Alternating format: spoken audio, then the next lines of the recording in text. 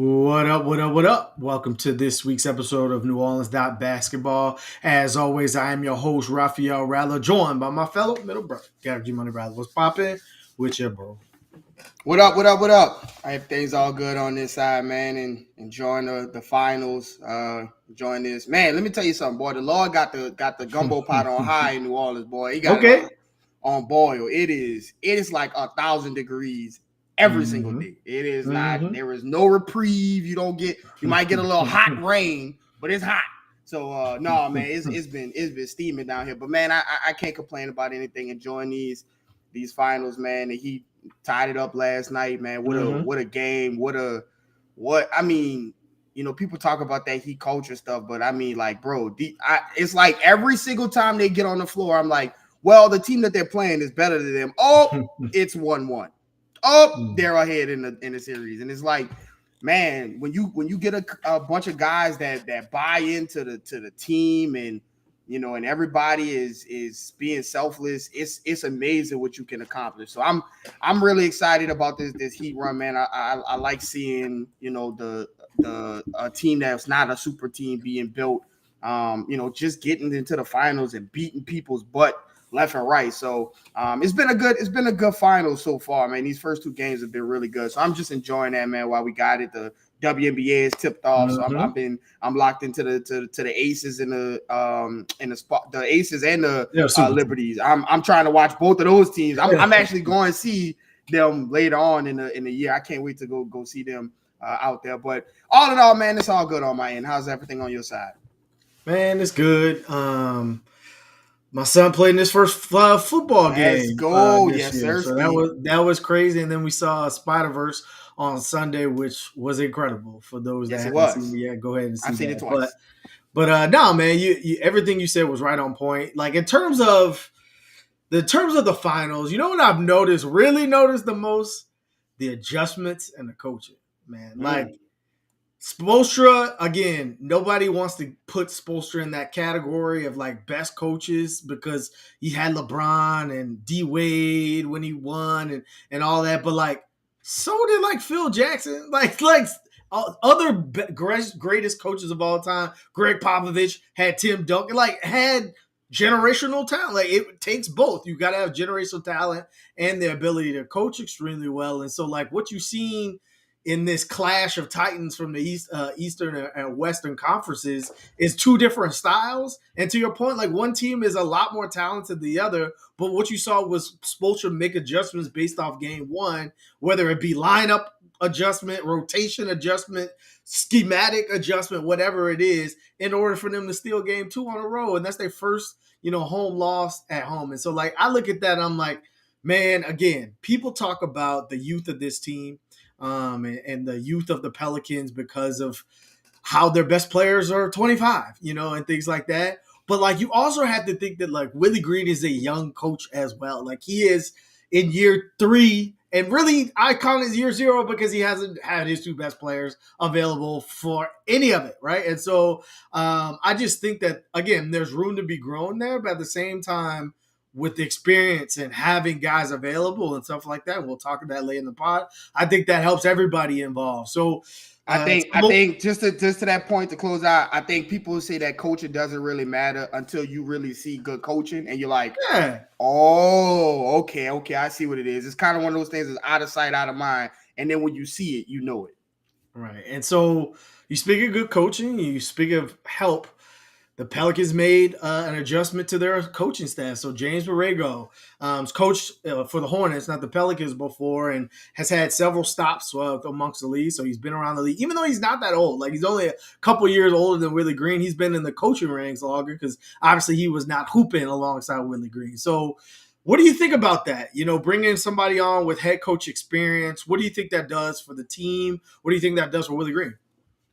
Yeah, so we kind of talked about this, and we had heard some rumblings about a lot of front office / coaching things that could have been going on with the Pelicans, right? With Trajan Langdon, and then obviously Jaron Collins maybe possibly leaving, and then what would that do? And is they going to be looking for what kind of replacement or what kind of guy would they be looking for to add to the coaching staff? And so they landed on James Borrego, who I think is going to be a jolt in the arm for the offense, at least, right? This is a guy who is known for his offensive philosophies, his innovativeness for offense. And listen, I think it was LaMelo's rookie year, or I think that's when it was, and they had like a really good year, and then like a lot of the things that happened off the court with the Hornets, right, with like Montrezl Harrell and Miles Bridges and those things, like some of the stuff, the lack of leadership that you saw in that locker room,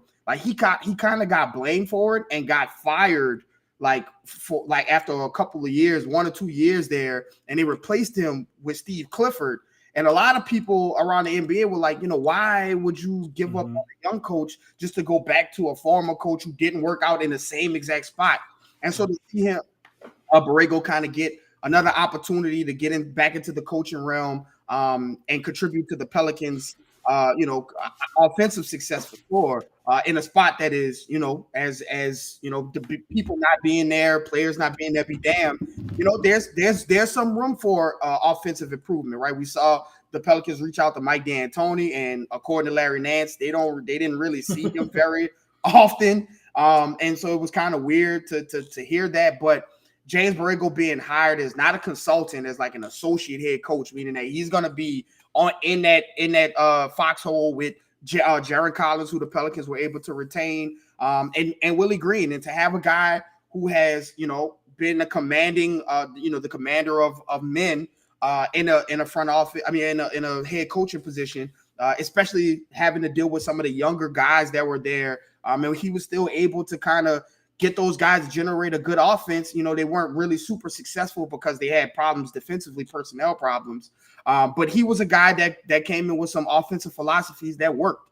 And that can be, I think we can all agree that can be applied to the Pelicans as soon as possible. As good as the Pelicans were able to do with Zion and Brandon Ingram when they were available, it still didn't look, as clean as you would want it to be. And so hopefully Borrego can come in and kind of contribute to that, be a comforting voice in Willie Green's ear. And I'm excited to see what the offensive philosophies that he's going to bring to the team with the available players that he'll have, because they're definitely a lot better than the talent he had in Charlotte.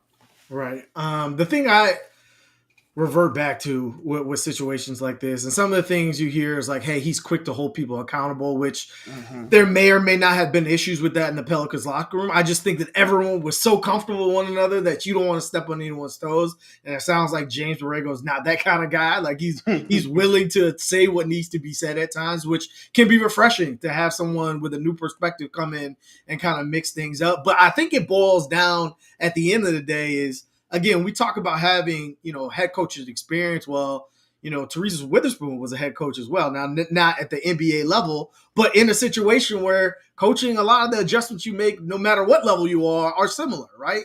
And to that degree. And so some of it has to come from Willie Green, right? Some of it has to come with the ability to be adaptable, the ability to be uncomfortable. I mean, look at the finals. Like Kevin Love went from DNP to starting game 2 and was a big contributor for that. Like, you got to be willing to do that on the fly throughout the entire season, not just in the finals and things like that. So again, growing that can be done, but from all stages there. So the reason why we want to talk today, we've talked about wings, we've talked about guards and things like that, is we want to talk about the Pelicans' outlook at the big position, the center position. Really, you have to kind of break it into 2 different categories. You got your traditional center, which Jonas Valanciunas under contract, Billy Hernangomez under contract for now. Jackson Hayes, is under the team's ownership until someone, extends a qualifying offer and they choose either to match it or not. And then you got your small ball fives, the Larry Nance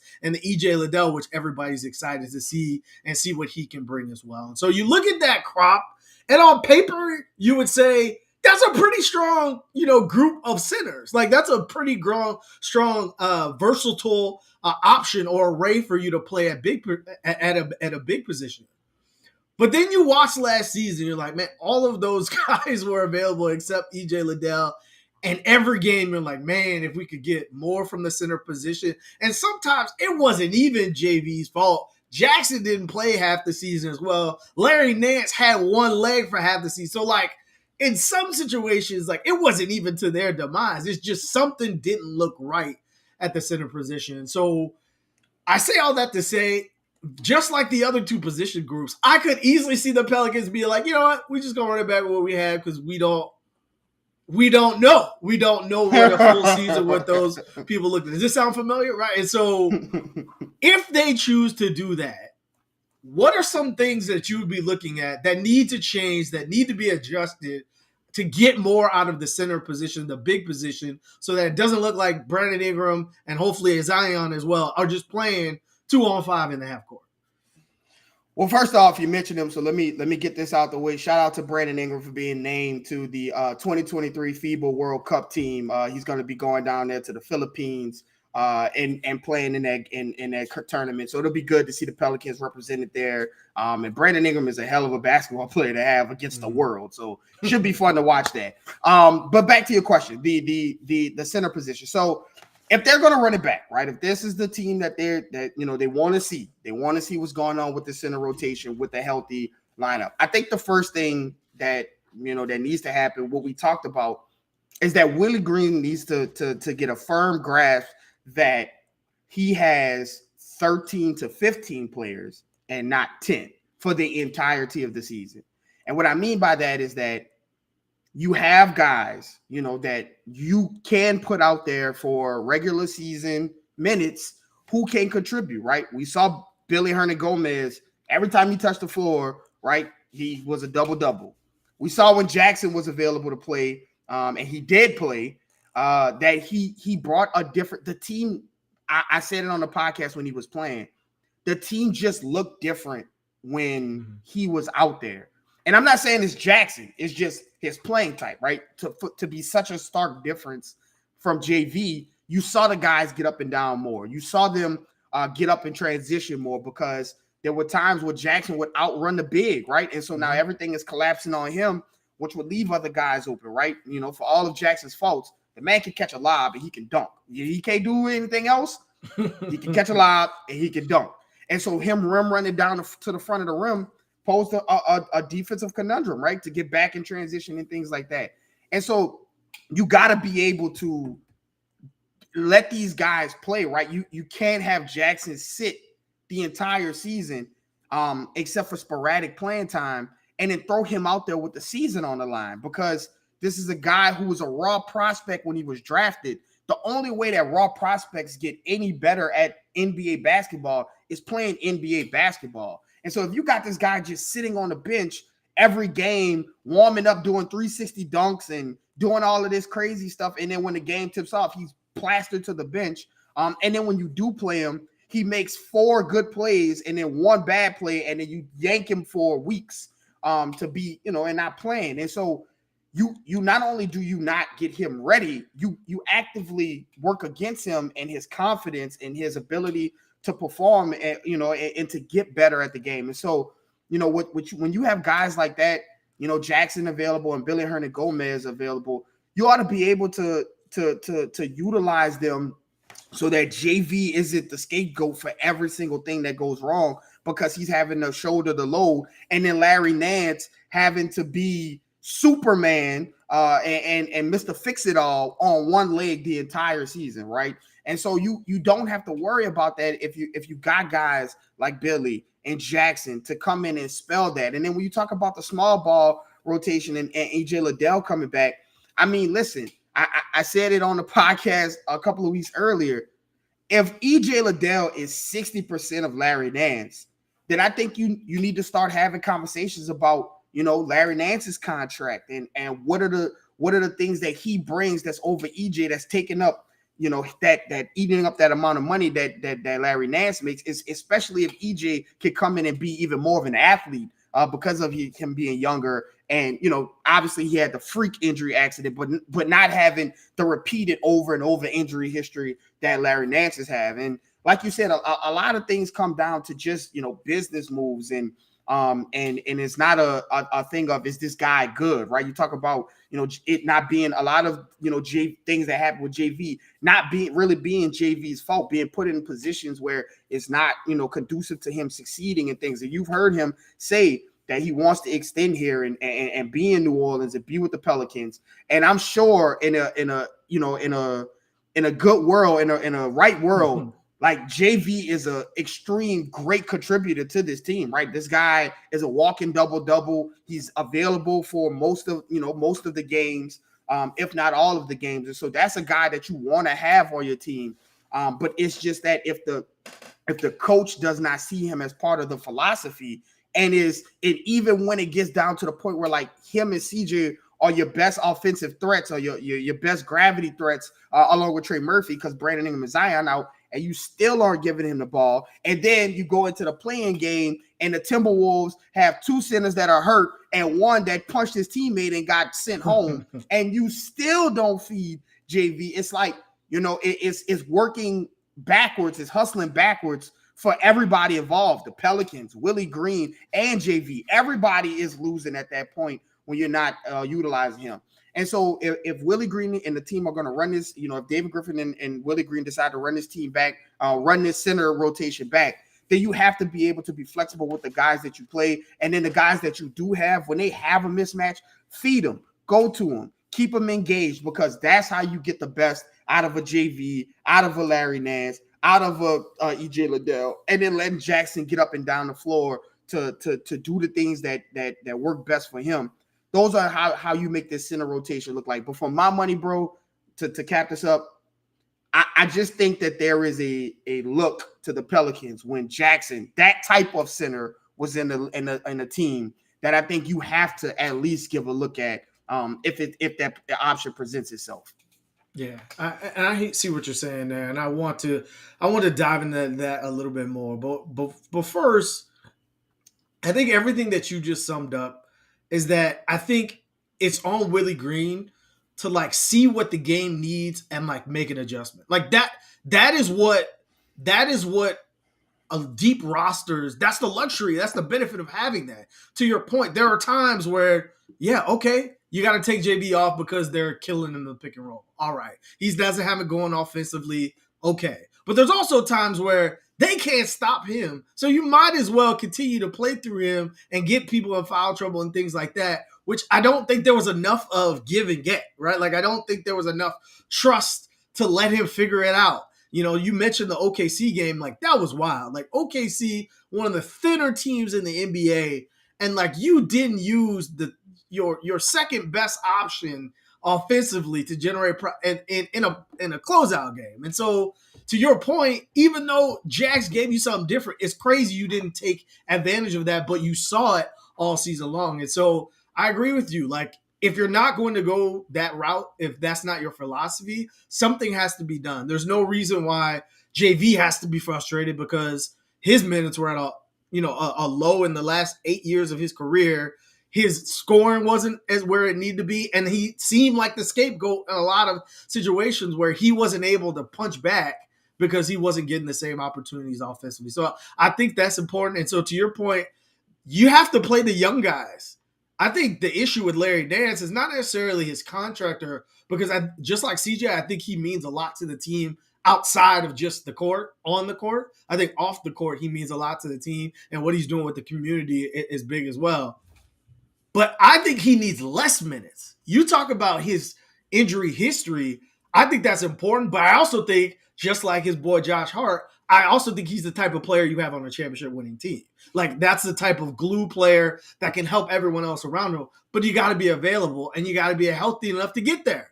And I think playing Larry Nance at a career high minutes and then taking the minutes away from JV and not a whole lot of in between of nothing else, I think that wore down Larry Nance, and then you were forced to play Jackson even though you didn't want to, and he wasn't ready. And so in that scenario, I just think that there's more things that can be done there. All in all, I think they need to be better at screening. Like, I'm watching Bam Adebayo, and like, his guards are getting space based off the screen.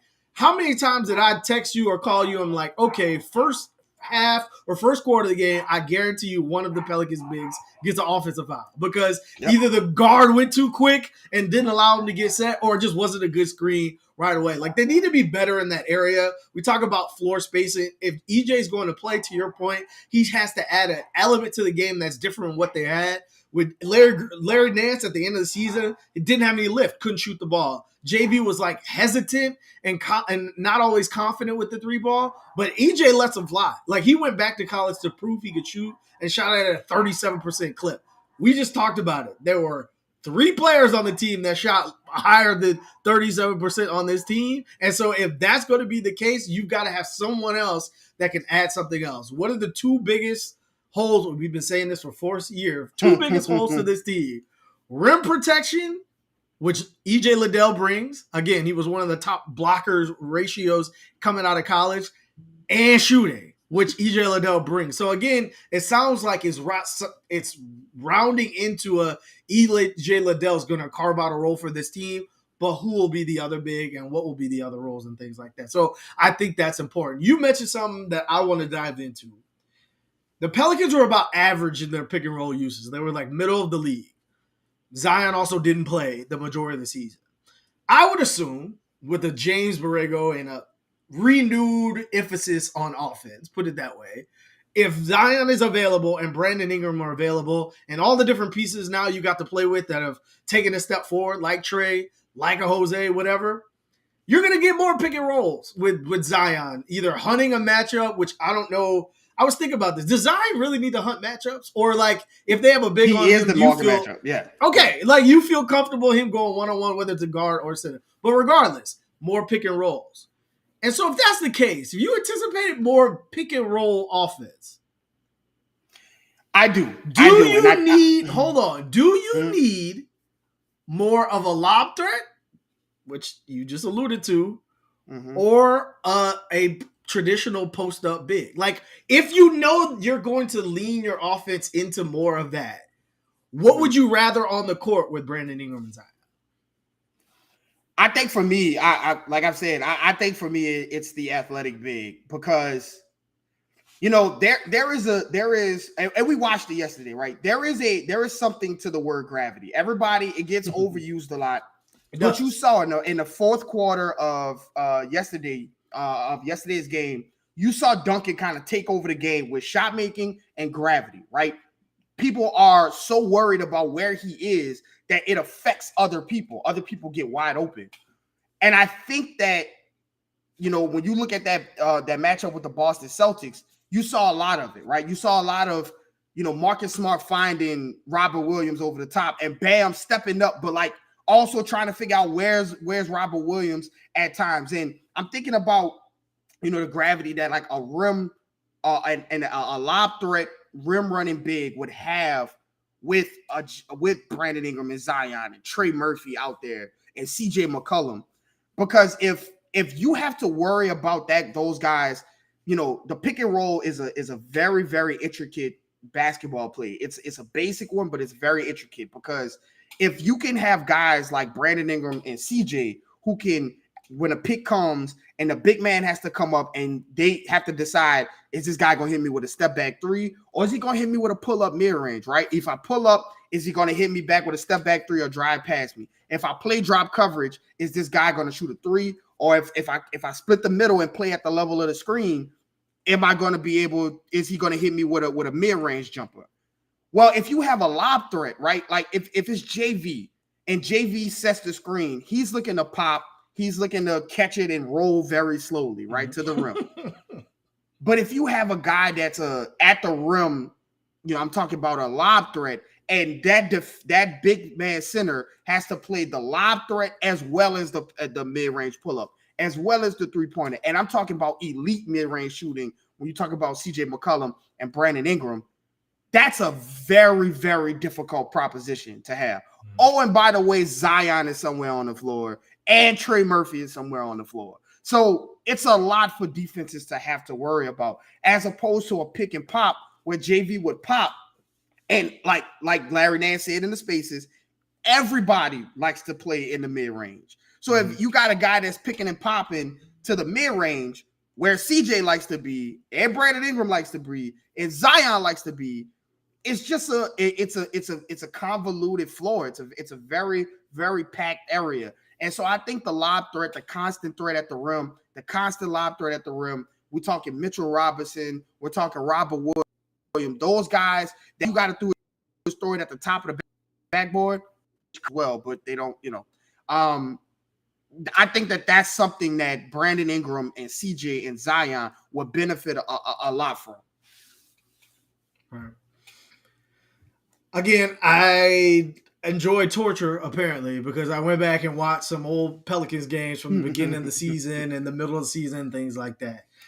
Man, Zion is extremely good at finding the dunker spot. Like a lot of JV's buckets when BI was hurt and Zion was kind of the point guard of the team, like were just easy or incredible passes from Zion after forcing the attention to himself, like you said, from a dunker mentality. And so like the first question is like, okay, well, if you just have a rim runner, like people are going to leave them unguarded if they're not close to the rim. Yeah, but you also have that like generational guy that you can't guard with one guy. So multiple people have to come out and guard him. And so it's not like a 4-on-5 thing because that guy's going to have so much space. If they hug the dunker spot, whether they can shoot the three consistently or not, they're always going to have these are NBA players. They're going to have really good looks at the basket because of the attention that Zion or Brandon Ingram draws. And so, like, I'm with you. Like, I look at this team and obviously from an offensive standpoint, having another player that garners attention, when defense really cracks down toward the end of the season in the playoffs, in that spot makes sense. And again, I'm not saying JV doesn't garner that attention, but the way he was being used, they weren't making teams pay for his abilities and what he was able to do good. So if you're not going to do that, at least have somebody that can give you a lot on the defensive end. Like generally, rim runners are also really good shot blockers because they're athletic and they're able to go get things that most people can't. So if that's the case, like I just think that is more valuable for this team, and that's what you're seeing in the league. Yeah, and just to clarify the point, because what you're saying is completely right. The thing about JV is not that he isn't a good player, because he's a fantastic player. It's the fact that the Pelicans don't use the center the way Jonas Valanciunas should be used. And so when you have the situation where you have this guy who can do these things offensively, and listen, there should have been times where he and CJ were the offense, right? You pick and roll, you play in this pick and roll with him, right? And it's not to be the same, but very similar to like, with the offensive non-passing parts of Jokic, right? Just a big guy who should be able to hit CJ wherever he is. And then if you don't, if you do run around with CJ, he can punish you inside over and over and over again. But the Pelicans didn't use him that way. And so if you're not going to use him that way, then you need to have someone who's going to contribute something, because JV was not the rim protection that you needed. And so when you think about this rim runner, that he might not be as good as JV, right? JV is a top whatever center in the league, statistic and availability wise, like you can 5, 6, 7, wherever you want to put him.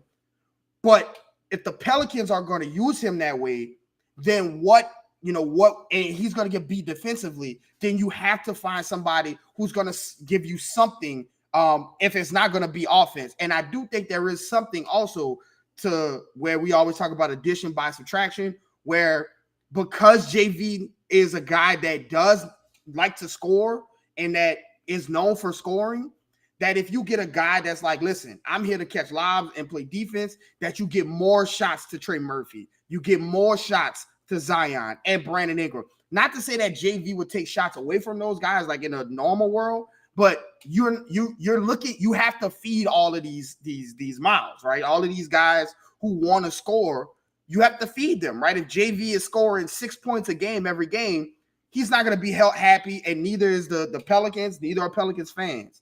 So if you got a guy that's like, listen, my only job is here to score 8 points off dunks, but I'm going to give you 2 blocks and 10 shot alters, then I think that benefits the Pelicans on both sides of the floor because there's more shots for the guys who we're all clamoring should get more shots. The thing I look at, and you bring up a really good point, JV, if you ask around the league where he ranks, it would be closer to the top in terms of centers. Now, there's not a lot of traditional centers in the NBA, and we talked about that, but in terms of his skill set, it would be closer to the top. He's the 15th highest paid center in the NBA. He was 19th in scoring. So think about this. You just talked about it. If his thing is offense, the thing that he is brought in for the team is to score points, and he's not doing that half as good as the other centers who don't really get the ball in the NBA, so there's a disconnect in there. Something is wrong there, right? Like if you're paying someone to score and he's not scoring because he's not getting the opportunities to score, and the minutes aren't there because he's also suffering on the other end because he's not getting the opportunity to score, like something has to be changed in that area. And so my question to you is, should center by committee kind of be the better approach? You kind of saw the Pelicans do that last year with Larry Nance playing half the minutes and JV playing half the minutes. And really, like, you could make a case that, like, you could have split their minutes in the thirds and had Jackson mixed in there as well. So, like, really, you already had a center by committee, except you were paying one $15 million, one $10 million, and Jackson's contract as well. And so, like, you look at the league and there's 8 centers who average 20 points per game. 8. Everybody averages 20 points per game now. There are 8 centers. It's crazy. There are 8 centers on a max contract deal today. 8. That's so, like, crazy. That's the entire NBA right now. It's not a center dominated. If you're not Joel Embiid, or if you are not Nikola Jokic, if you're not one of those players, like, there's a good chance the offense is not being run through you and you are not the focal point of the team. And so, like, what are your thoughts? Do you think the Pelicans should try to upgrade and try to go get a Miles Turner who might be a better fit but making more money, or DeAndre Ayton, who obviously is not a good fit in Phoenix? Like, what is your thought? Should they go up or should they go down from a skill level of JV? Miles Turner would have been fantastic, but at 30 a year, That's a lot of money. That's a lot of money. Woo, boy, that second tax apron is screaming. It is yelling. You are woo, boy. So I think the person that I think will be a better fit for the Pelicans is probably not going to be as talented as JV, right? If you look at the 2 guys, you would say, okay, those 2 guys, JV is obviously better than that guy. But at a certain point, when you have a lot of, like, offensive guys, like, when do you have too many cooks in the kitchen, right? Especially with this emergence of Trey Murphy, who's looking like a guy that needs to be closer to 20 points per game, if not over, then further down the list. And so I think that the position, the player that they need is a guy that, you could play to answer the question, center by committee. Meaning that if you like Larry Nance and the things that Larry Nance brings in a small ball lineup, and you also have EJ Liddell, who, can offer some things, hopefully when he gets back, offer some things as well, that's a little different than the starting center. There's a prospect in the draft that, we're going to get to that I think really works for the Pelicans and the type of guy that you would need. And so I've said, Mitchell Robinson, if that guy it gets available, right? If the Knicks go superstar hunting, and very similar to how the Hawks went superstar hunting for DeJounte Murray and let Kevin Huerter go, and Sacramento just kind of like, let me get in there. And you saw they reaped the benefits of it. And I think if the Knicks go superstar hunting, that Mitchell Robinson could be a cap casualty of it, and that's a guy that you could go get. I just like the thought and the feel of a guy shot blocking, rim running. Now Mitchell Robinson has his limitations, right? He's not he has a couple of things that he's not great at, but he does do things that I think that the Pelicans sorely need. And he can be a guy that can guard bigger players because of his length and athleticism. So I think that is the type of guy. He's not looking to score every play. He's not looking for plays to be drawn up for him. And I think that's the type of guy that you need, right? Just a guy that's going to go out there. Robert Williams is the pipe dream. I've said it over on this podcast multiple times. Anybody who hear me scream out loud, find that guy, right? Part of the reason why I was rooting for Detroit to get the number 1 draft pick and get the Wemby sweepstakes was that maybe Jalen Duren would shake free because they traded for James Wiseman. And if you had Victor and James Wiseman and Jalen Duren, that somebody would have to be stress free. Jalen Duren would be perfect for the Pelicans. A guy who is just tall and athletic and will go for every single shot block because they won't get every single shot block, but they will contest and alter shots. You get that kind of guy in the Pelican system and in the Pelican starting lineup, you open the floor for more transition plays. You open the floor up for guys like Herb and Trey to be dogs on the wings because you know that you have a guy behind you that is going to go for the shot block and help you out. And you just become more of a formidable team, right? When the Pelicans were clicking, they were top in the NBA in offense and top in the NBA in defense, right? And so you started to see a little slippage once teams started to go right at JV, right at Larry Nance on his bag legs, and things like that. And so if you get a guy that's gonna protect the rim, he does so much more than just protecting the rim. He gets guys in transition, and he allows wing players to be more pressure to have. It's the Rudy Gobert effect back in Utah, where you would have this guy behind you swatting everything. So all the Jazz defenders felt more comfortable pressing up and being more physical on the defensive end. And that's how you get more steals when you got a guy like Herb and athletes like Trey and Brandon Ingram and things like that. And Zion. So I just think that a rim protector would do so much more for the entire offense as a whole. A lob threat, a rim runner would do a lot for the offense as a whole. And we already know we've seen just glimpses of Jackson, who is not even close to a finished product. Just having him out there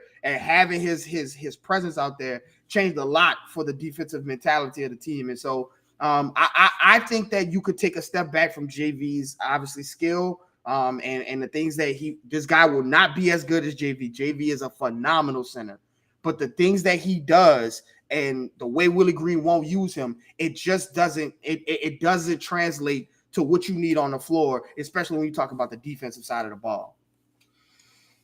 I'm happy you brought up Jackson. This summer again is a big summer for him. All season long, like there was rumors that like he was unhappy because he wasn't being played, and there were times where he looked great and times where he didn't, just like always with Jackson and things like that. Everything you just described has been exactly what we've been talking about Jackson the whole time. Like the prototypical center in today's NBA is already on the Pelicans team. Somebody who doesn't need the ball, somebody who's going to stand at the goal and catch dunks, and somebody who's going to protect the rim. That's Jackson. And Jackson is elite perimeter defender at the center position. Like when Jackson gets switched out onto the 3-point line, I'm like, oh, I know what's coming. A step back three, and it's probably not going in. Like he's a really good defender on the perimeter for being 7 foot tall. And so I understand there's so many gaps in his game, and a lot of it comes from just basketball IQ and knowing when to be in the right positions, when to do certain things, when to just be tall and not jump. Like basic things, I get that. But to your point, like I think that he's the type of player that benefits from everybody else being on the court and everything revolving around everyone else. Because when Jackson is your last option that you're thinking about guarding defensively, all of a sudden he's standing right next to the goal. All of a sudden he's dunking on your head. Like when he was playing with Zion and Brandon Ingram, like it wasn't a responsibility of, oh, Jackson, you got to get that rebound. Because you also had Zion on the court getting the rebounds. It wasn't like, oh, Jackson, stop shooting quarter threes. Because so many people would crash on Zion that Jackson's literally just standing right next to the goal ready for a dunk. And so like the injuries obviously have hurt everyone. They've hurt Willie Green. They've hurt the fan base. They've hurt all the role players that had to do more because the best players are not available and things like that. But I really think that not playing and not having those two guys on the court has hurt Jackson the most, because I think he would thrive in that scenario because he wouldn't be asked to do a whole lot. And so I agree with you. My question to you is like, what is the cost on taking another chance? Again, like I just don't think his market is where it's gonna be. I've been saying this for months. Like everyone's like Jackson's gone, but I'm like, well, who is paying Jackson with this new CBA? Who's paying Jackson a ton of money to go play for whatever team? Like I'm sure there's someone out there, but like, what's your number on a qualifying offer? Knowing the situation that the Pelicans are in, what's the number where you're like, that's a little bit too steep for me to try one more year with Jackson? Ooh, that's a good question. Like, is it $10 million? I think that Jackson. I don't know if Jackson will get $10 million. I don't think so either. I think what more of what Jackson is a flight risk of is signing an offer sheet somewhere and saying that I'm going to this place because they'll give me an opportunity to play. Now, it'll be upon the Pelicans to match it. Now, if they want to match it, this is all mute. But as far as like Jackson wanting to be back here, I'm not sure because I don't know, what his mentality was, seeing, Josh Richardson come and like getting playing time immediately, right? And it things like that you have to take into consideration. And Jackson could be of the mindset that you guys sat me, I didn't play. I'm gonna go somewhere where, just lack of time, like San Antonio, where I'll get playing. So, well, not now because I'm about to say, well, be there. Right. But like one of those places, right? A place like that, right? Orlando or something like somewhere where we're not thinking of that'll say, well, here, we'll give you $7 million a year. And it's like, oh, I'm gonna go play here. Not only because the Pelicans won't match me, but because they will play me in this location. So I think for me, Jackson has a lot of transferable skills. If you could get him back for a year, and anywhere like $4 to $5 million, like if he could take Garrett Temple's $5 million, I'd be perfectly fine with that. Like just give it to Jackson, and give him an opportunity to show you that an investment works. I'm not sure that's the type of thing that he's going to be looking for. He might be looking for something else a little longer or whatever the case is. But if there's no market for him and you can get him back on a year deal, on a prove-it deal, and Willie Green gives him an opportunity to shine, I think $4 to $5 million is right in the ballpark for Jackson, and a sweet spot for him to make some good money and then also prove his worth, and then kind of go in for the next go round. Yeah, again, I think Jackson and JV are like closely intertwined. What I mean by that is like if JV gets moved, I think there's a higher % chance you keep Jackson because then like your big situation is like dire. Then you don't have enough bodies in that situation. But I don't know. We'll see how that plays out. We talk about the bigs.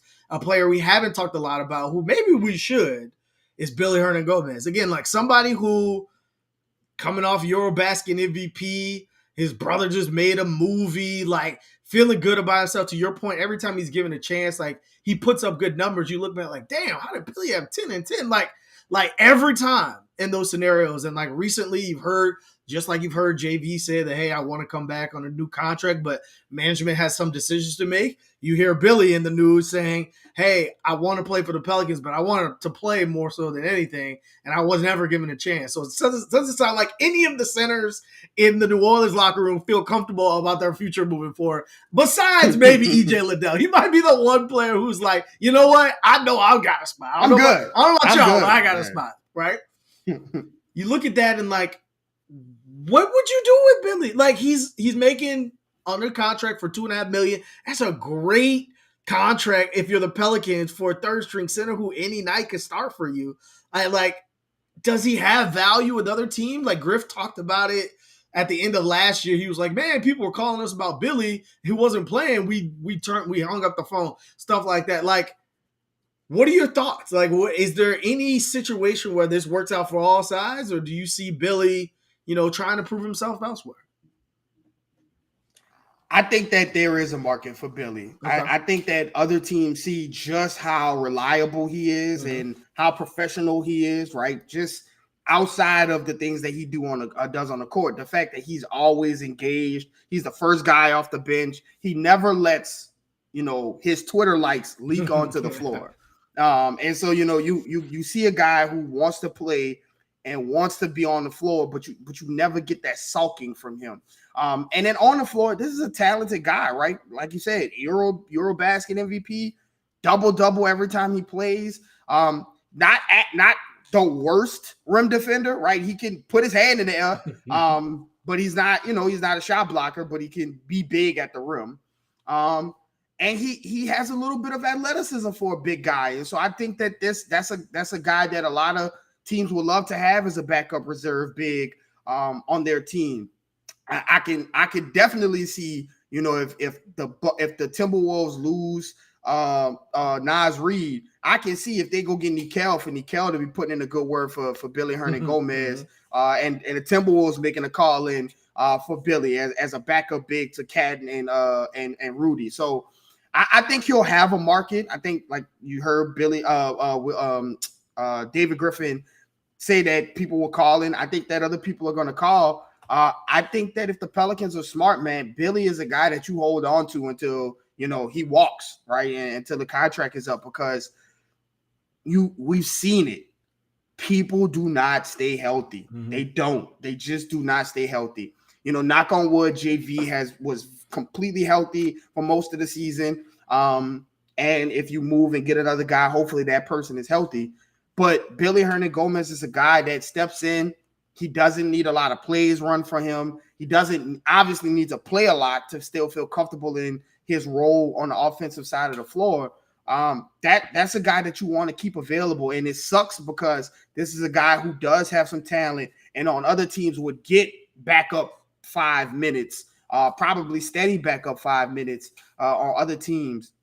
But it's unfortunate, but I think that's a guy you hold on to. Another team that I just mentioned, like, I could see like the Spurs wanting Billy to be there for Wemby, right? Mm-hmm. Being there for Wemby, to kind of keep, be his version of a sidekick or a guy that's in his corner, a professional, guy who's been in the league, he's played in Eurobasket, so he's very familiar with the overseas game, and they can relate on that. Like, there's a lot of teams that I could see using a guy like Billy Hernangomez both on the floor and off. And so I think that there's going to be people to call. Pelicans will be not doing their job if they don't do their due diligence and hear all of those deals out. But I think that that's a guy that you hold on to, because you just don't find professional backup big men who are talented like Billy on such a good contract, who also is a great locker room presence. You just don't find that a lot in guys. And so I think that he's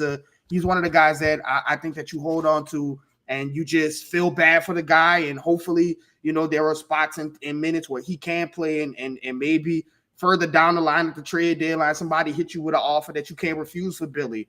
But I think that that's a guy you hold on to until that happens. The same way I say JV and Jax are intertwined, I think under no circumstance can JV and Billy be on the roster to start next year.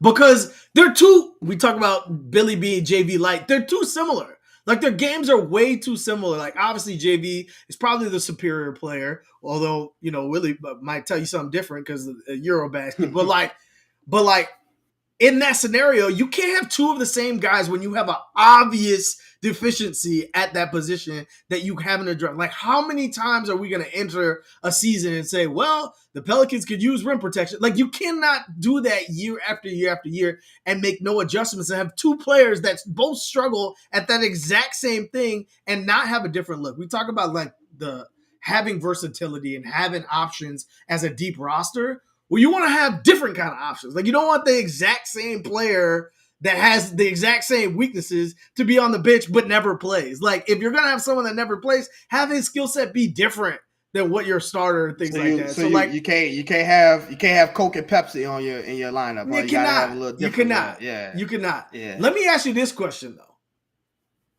Let's say that for some reason JV is not a Pelican next season. Are you comfortable with A, Jackson Hayes starting, B, Larry Nance starting, C, Billy Hernangomez starting, or D, EJ Liddell starting? Are you comfortable with any of those players starting at center for you? No. Okay. Not at all. I don't think that none of those people are starters. Now, It depends with Jackson, right? If Jackson is a guy that you like let play through his mistakes, just like I think the guy who we're going to talk about, the prospect, is going to have some of those too. I don't think I would be comfortable with any of those guys. I think you need a starting center who can soak up starting center minutes. We watched what JV gave you, right? 14 and 10, but he was a starting center, right? Like that was a guy that when you looked on the floor, you started that guy as a starting center. And you watched OKC trot out there with like 6'9" centers and things like that. And and JV wasn't able to take advantage because he wasn't given that opportunity. But I just don't know if like Jackson or a full season of Billy Hernangomez as your starting center. Now, I don't think the drop off between JV and Billy is so drastic that it'll be like, that's who you got as your starting center. But I think there is enough of a drop off where it's like you probably need somebody in a buffer zone if you're going to keep Billy Hernangomez and JV is off. You're probably going to need somebody in between Billy in that starting lineup. So, and I just think that EJ and Larry are just too small to play center for the entire season. So I think that you do need to get a starting center, whether it be a prospect that is tall and is a rim protecting big man, and then you play the small ball with Larry and EJ, and then if you keep Billy or if Jackson is your wave, is your backup. But I do think that you need another center in there. Especially because you need the defensive side of the ball, but you need for that guy to be able to also play extended minutes at center, or at least play extended games at center. And I just don't know if Jackson is there just yet to be the starting center and play 82 games and then plus playoffs as your starting center. Well, the likelihood of anybody on this Pelican roster playing 82 games is extremely low. Point. But that being said, there is a prospect in this draft to start this. As soon as the Pelican season was over, I text you, I called you, I said, look, whoever the Jalen Duren of this draft is, that's who the Pelicans need to go get. Whoever it is, go find him and go trade and go draft that player on draft.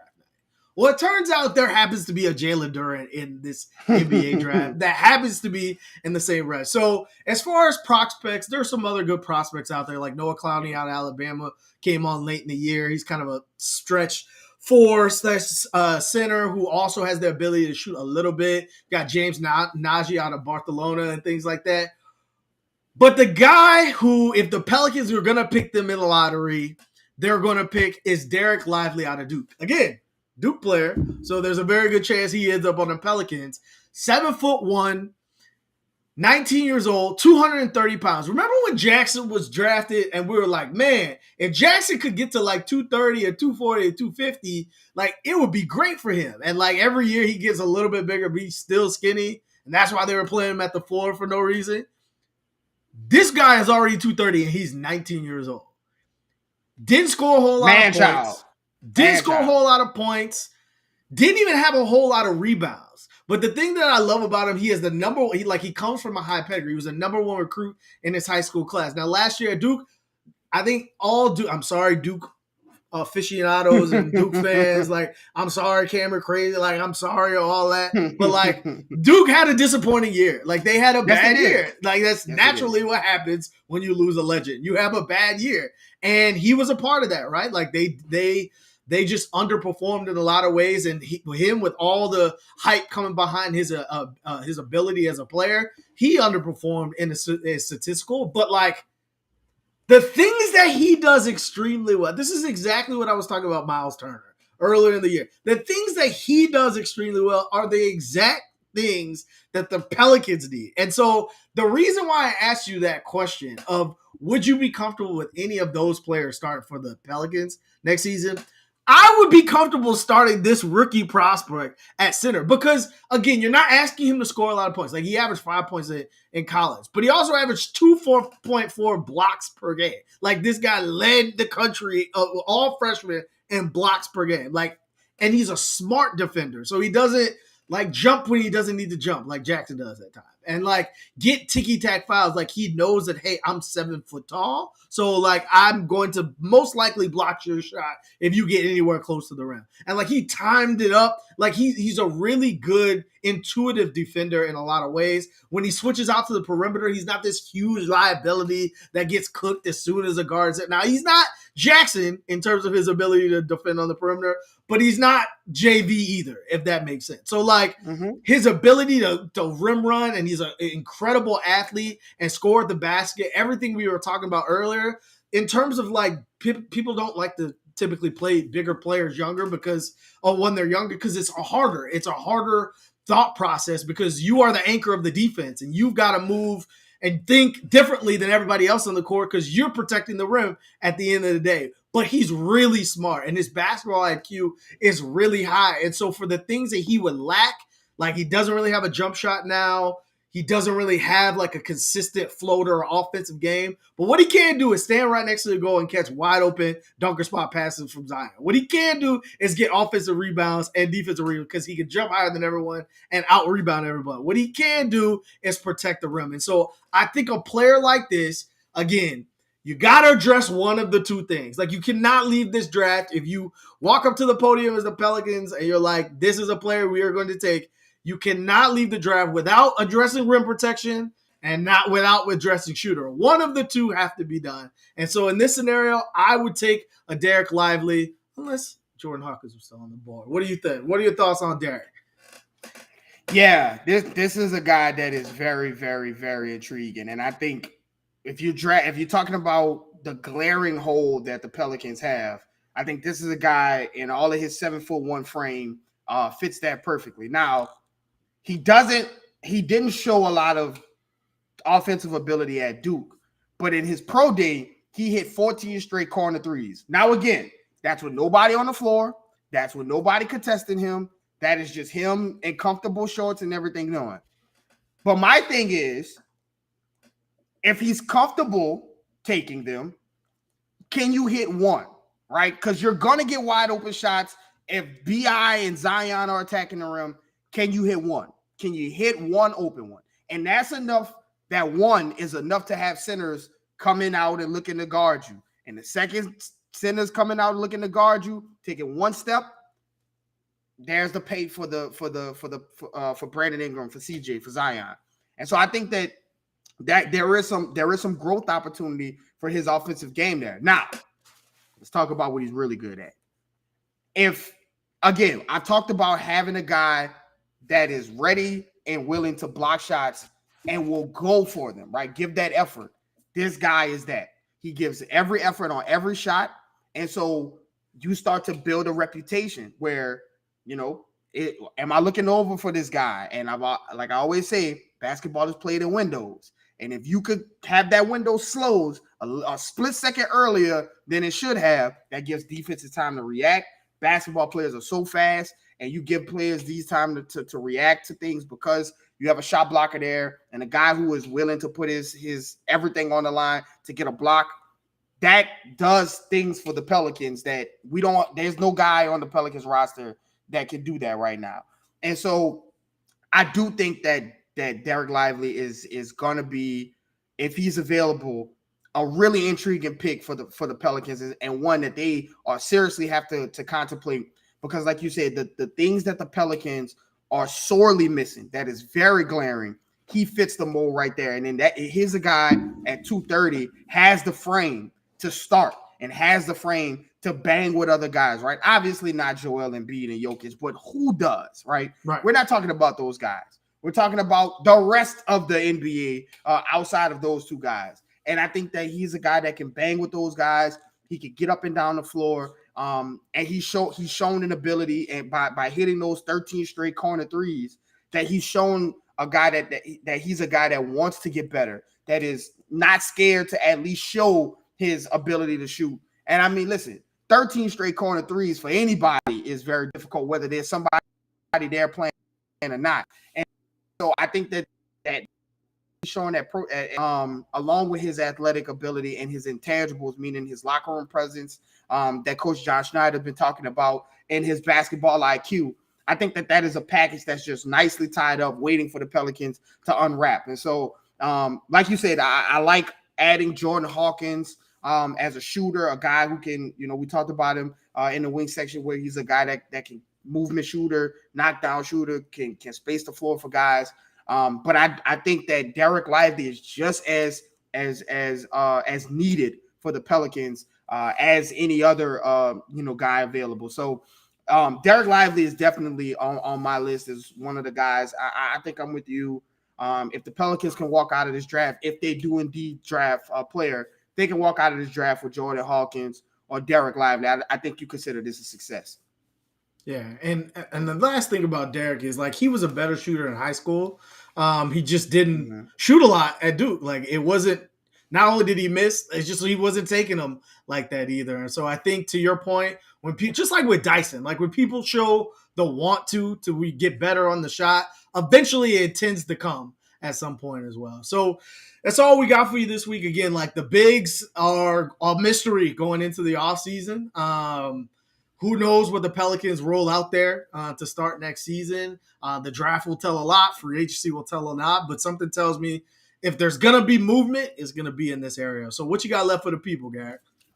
As always, you never know what people are going through. So give someone a smile today. The big position is one that the Pelicans have, been cycling through, right? Steven Adams, Derek Favors, Jonas Valanciunas, drafting guys like Jackson, trying to find that stabilizing force to do that. And I think if Garrick Lively is there, there's an opportunity for them to find that player. So as always, follow me on Twitter at Garrick_Rattler. Follow my brother at Raphael_Rattler. Follow us, follow the page on Twitter at NO Basketball, no E. That's on Instagram, Twitter, anything you can find. Follow us on YouTube on this new page. We're trying to get grow our audience. So appreciate the love and support that way. And lastly, subscribe to NewOrleans.network, and we'll see you guys next week.